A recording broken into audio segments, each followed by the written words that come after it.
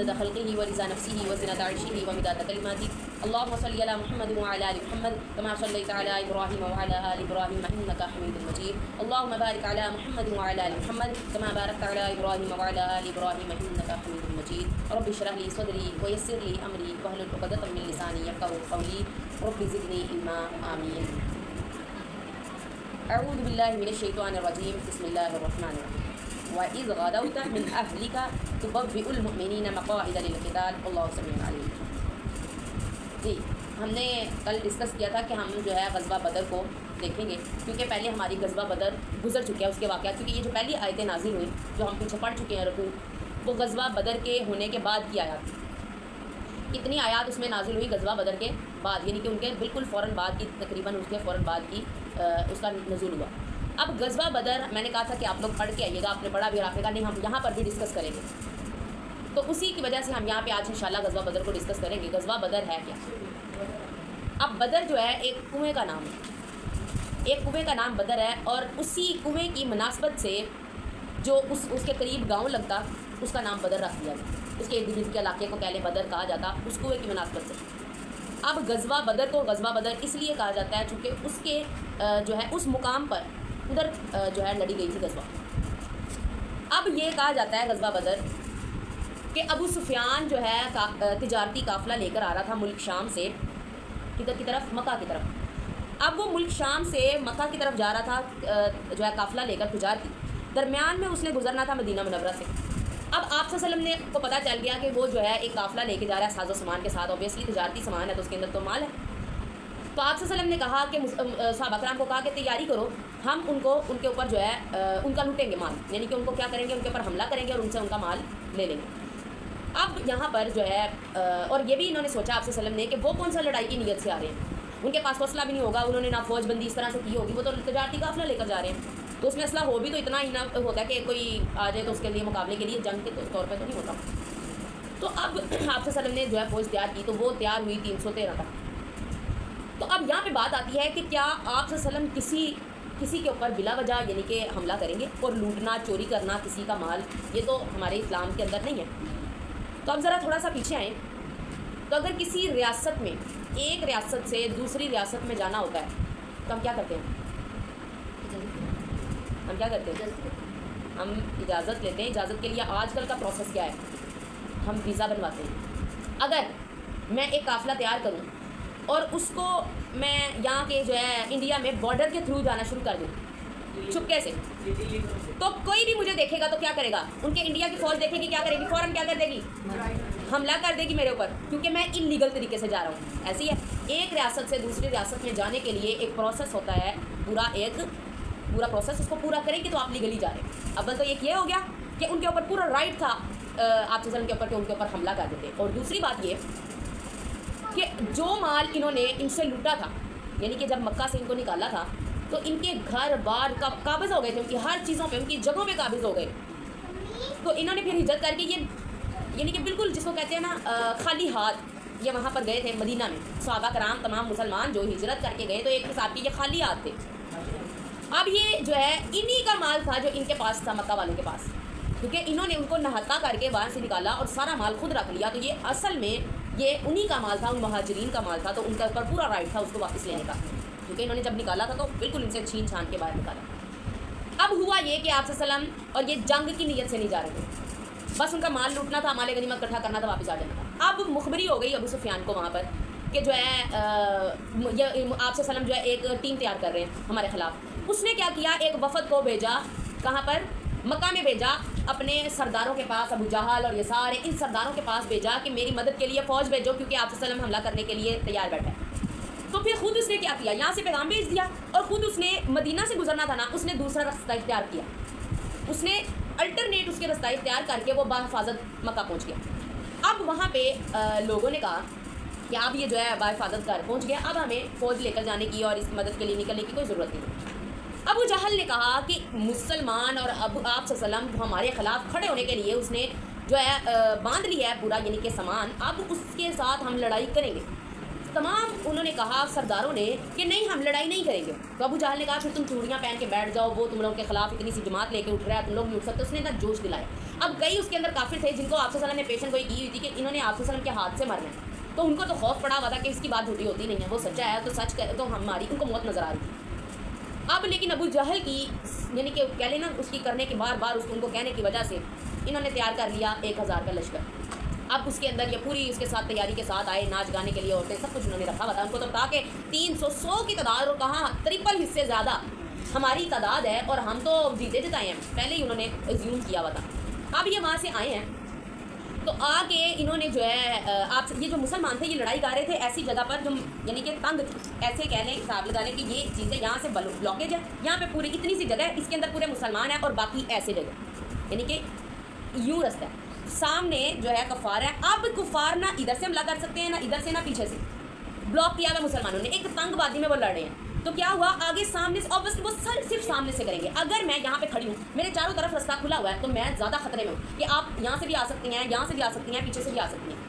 مسلمان بڑے خوبصورت ایک جگہ پہ کھڑے ہوئے تھے, تو اب سامنے سے ہی وہ صرف لڑ سکتے تھے. ان کو پیچھے ادھر سے خطرہ نہیں تھا, نہ ادھر ان کو ضرورت تھی کہ کوئی فوجیں یہاں پہ کھڑی کرے. اگر وہ یہ دیکھیں نا, اگر مسلمان اسلحہ یہاں پہ کھڑا کرتے 10-20 مسلمانوں کو, فوجیوں کو ادھر کھڑا کرتے 10-20 کو ادھر, تو اس طرح ختم ہو جاتے کتنے ایسے ہی نا, کتنا تو یہاں پہ سامنے لڑنے کے لیے کم تعداد رہ جاتی. تو یہاں سے ان کی فری ہو گئے اور سامنے سے لڑائی کر رہے تھے کفار. اب یہاں پہ کیا ہوا کہ جب ان کے جو تھے سردار, انہوں نے کہا لڑنا تو ہے یا کافروں کے سرداروں نے کہا اب تو لڑائی تو ہو گئی, اب تو آ گئے ہم میدان جنگ میں بھی, تو اب ہمارا ذرا تھوڑا روب رہے, ہم باہر نکلتے ہیں اس کے لیے للکارنے کے لیے. تو ان میں سے نکلا جو ہے ولید بن عتبہ اور عتبہ ابن شیبہ, اور ایک اور ان میں سے نکلا, اور انہوں نے آ کے للکارا اور کہا کہ ہمارے آؤ مقابلے میں. تو پھر جو ہے نا سامنے سے نکلے حضرت جو ہے علی رضی اللہ تعالیٰ عنہ نکلے, جعفر بن طیار رضی اللہ تعالیٰ عنہ نکلے, اور ایک اور صحابی نکلے, ایگزیکٹ مجھے نام یاد نہیں آ رہا. تو یہ تینوں صحابی نہیں وہ یہاں پہ نہیں, وہ غزوہ احد میں نہیں, وہ ساتھ تھے لیکن نکلے نہیں تھے اس میں. یہ سب سے فرسٹ پہ جب جو نکلے نا, جب سامنے آئے, تو جعفر بن طیار رضی اللہ, ابو عبیدہ, حضرت ابو عبیدہ رضی اللہ تعالیٰ عنہ تھے, حضرت جعفر بن طیار رضی اللہ تعالیٰ عنہ, اور حضرت علی رضی اللہ تعالیٰ عنہ. اب انہوں نے کہا کہ تم لوگ ہمارے مقابل کے صحیح نہیں بندے, ذرا طاقتور بندوں کو بھیجو. انہوں نے تینوں نے, ان صحابیوں نے کہا کہ ذرا طاقتور لوگوں کو بھیجو, تم لوگ ہمارے مقابلے کے نہیں ہو. یعنی کہ یہ ہوتا اگر تو ان کے ایمان کمزور ہوتے, وہ کہتے چلو مارتے ہیں ان کو, تو ذرا وہ بنا لیتے ہیں, ہم نام بنا لیں گے کہ تینوں کو مار دیا. اب پھر ان کے مقابلے میں ذرا طاقتور آئے, تو پھر انہوں نے صحابہ کرام نے ان کو مارا, اور ایک یعنی کہ صحابی یہاں سے شہید ہو گئے, حضرت ابو عبیدہ رضی اللہ تعالیٰ عنہ. اور لیکن انہوں نے یہ جو دونوں صحابی تھے, حضرت علی رضی اللہ تعالیٰ عنہ اور جعفر بن طیار رضی اللہ تعالیٰ عنہ, انہوں نے ان تینوں کو مار دیا, سامنے والے تینوں کو ختم کر دیا. پھر جنگ شروع ہوئی. اسی طرح سے جنگ کی جب سٹارٹ ہوئی تو ایسا یعنی کہ بن گیا سین کہ ان کے سابق پہلے سٹارٹ پہ تو بڑی یعنی کہ سختی والا معاملہ تھا, لیکن آہستہ آہستہ کیا ہوا کہ مسلمان غالب آنا شروع ہو گئے, انہوں نے ان کے مارنا شروع کر دیے.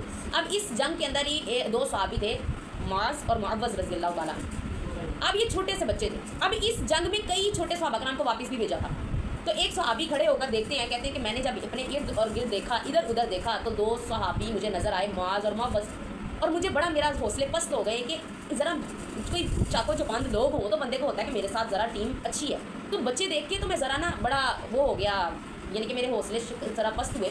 تو میرے سے وہ بچے پوچھتے ہیں کہ ابو جہل کون ہے, ابو جہل کو کا بتاؤ. تو مجھے کہتے ہیں, مجھے ہنسی آئی کہ دیکھو بچے ابو جہل کا پوچھ رہے ہیں, اور ساتھ میں مجھے یہ نہیں کہ ہوا کہ یہ جذبے والے. تو انہوں نے بتایا کہ ابو جہل فلاں فلاں ہے. تو یہ گئے, کہتے ہیں ہمیں نے سنا کہ وہ بڑا یعنی کہ اسلام کا سب سے زیادہ جو ہے نا دشمن ہے.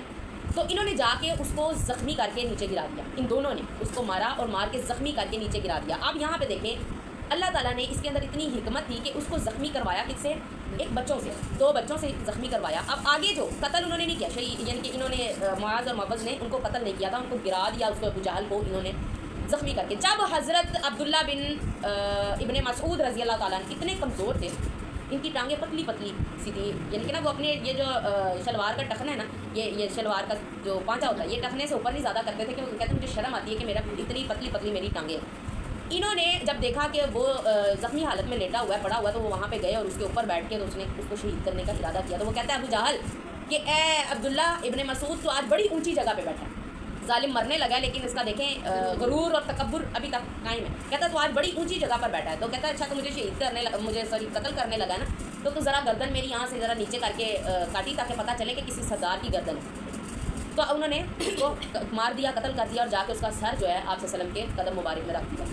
اب یہاں پہ حکمت دیکھیں کہ گرایا زخمی کس نے کیا؟ 2 کمزور سے بچوں نے. پھر مارا کس نے؟ ایک کمزور سے صحابی نے. اب یہاں پہ ایک تو تھا کہ تو جتنا بڑا سردار ہے اتنے ہی کمزوروں سے میں نے تجھے مروا دیا، اور دوسری بات یہ کہ جتنا زیادہ گناہ کے اندر جو شخص ہوگا وہ اتنا ہی کمزور ہے، اس کے لیے ایک کمزور مومن بھی کافی ہے. یعنی کہ ایک کمزور مومن کا جذبہ ہی دیکھا جاتا ہے نا یہاں پہ. یہ باری تھا. اب ہمارے یہاں پہ کیا ہوگا؟ ایک جو ہے 2 پہ باری ہوگا، یعنی ایک فرد ہوگا تو 2 پہ. اگر 100 کا مجمع ہے تو وہ 1000 پہ باری ہوگا. یعنی اس طرح سے ہمارے یہاں پہ ہوگا، ایک مومن ہے تو 2 کافر کے برابر ہے. تو اس لیے کہ جتنا سامنے والا کفر میں زیادہ ہے وہ اتنا ہی کمزور ہے. یہ جان لیں کہ جتنا وہ زیادہ کافر ہے وہ اتنا کمزور ہے. پھر اب اس کے اندر صحابہ کرام کے پاس کیا ہے؟ صرف کیا تھے؟ 2 گھوڑے تھے اور کتنے 20 اونٹ تھے، اور اتنی سی یہ تعداد تھی 313 کی. لیکن اللہ تعالیٰ نے کیا کیا؟ فتح نصیب کی.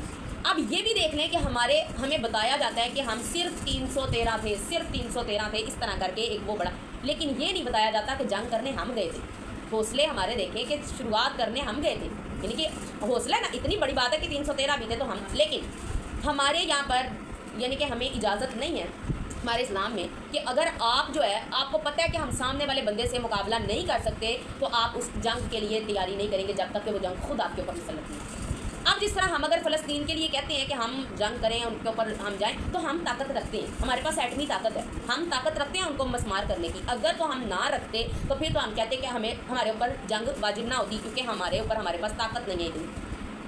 تو اگر تو کیونکہ خود جنگ کرنا اس کو اجازت نہیں دی گئی، کیونکہ پھر کیا ہوگا کہ اگر آپ جنگ کرنے جائیں گے، آپ خود کمزور ہیں، کسی ملک پہ جنگ ہو رہی ہے، آپ کے مسلم ممالک ہیں، آپ بھی اس میں حصہ دار کریں گے تو کیا ہوگا کہ آپ اوبیسلی شکست ہو جائیں گے، شکست کھا لیں گے، اور پھر کوئی اور کافر ممالک آپ کے ملک کے اوپر حملہ کر کے آپ کا ملک آپ سے ہتھیا لے گا، تو ڈبل جو ہے نقصان ہو جائے گا. تو اس لیے جو ہے، اور اللہ تعالیٰ نے بھی وعدہ کیا کیا کہ آپ کے ڈبل ہوں گے تو میں فتح کروں گا. یعنی کہ آپ ایک حصے میں اور وہ ڈبل حصے میں تو میں مدد کروں گا. اگر ٹرپل میں ہے تو پھر شکست بھی ہو سکتی ہے. تو اس وجہ سے ہمارے اوپر اس صورت میں جنگ کرنا جائز نہیں ہوتا. اور آپ صلی اللہ علیہ وسلم نے فرمایا کہ کبھی بھی خود خواہش نہ کرو جنگ کی، لیکن اگر جنگ مسلط ہو جائے، جس طرح سے آ جائے، تو پھر پورے ڈٹ کے مقابلہ کرو، اس سے بھاگو نہیں. معافی نہیں ہے اس شخص کے لیے جو جنگ سے واپس بھاگتا ہے. لیکن ایک حدیث میں آتا ہے جس نے استغفر اللہ الذی لا الہ الا هو الحی القیوم واتوب الیہ 3 دفعہ اخلاص کے ساتھ پڑھ لی تو اس شخص کو بھی اللہ معاف کر دیتا جو جنگ سے بھاگا ہوتا ہے. لیکن اس کی بڑی سخت وعید ہے جنگ سے بھاگنے کی. تو پھر کیا ہوا کہ یہ جو ہے ہمارے مسلمانوں کو اللہ تعالیٰ نے فتح نصیب کی، لیکن مسلمانوں نے جنگ کا ارادہ دیکھنا. اب آپ سے وسلم کو پتا تھا کہ اگر ہوتا کہ جنگ کرنے ہم جا رہے ہیں تو کبھی بھی شروعات نہ کرتے 313 صحابہ کرام کو لے کر. تو اس لیے جو ہے اب اس کے اندر ایک صحابی نے کہا کہ اے اللہ کے نبی، ہم آپ سے وہ نہیں کہیں گے جو بنی اسرائیلیوں نے کہا تھا کہ آپ جائیں، آپ لڑائی کریں، اور ہم جو ہیں آپ اور آپ کا رب جائیں اور لڑائی کریں. حضرت موسیٰ علیہ السلام سے کہا تھا جب بنی اسرائیلیوں نے، اور انا ہاہنا قاعدون، کہ ہم تو بیٹھ رہنے والے ہیں، ہم تو بیٹھ کے دیکھیں گے تماشا، تو آپ اور آپ کا رب جائیں جا کے لڑائی کریں. انہوں نے کہا نہیں، ہم آپ کے ساتھ شانہ بشانہ کھڑے ہو کر لڑیں گے. تو پھر یہاں پہ ان کو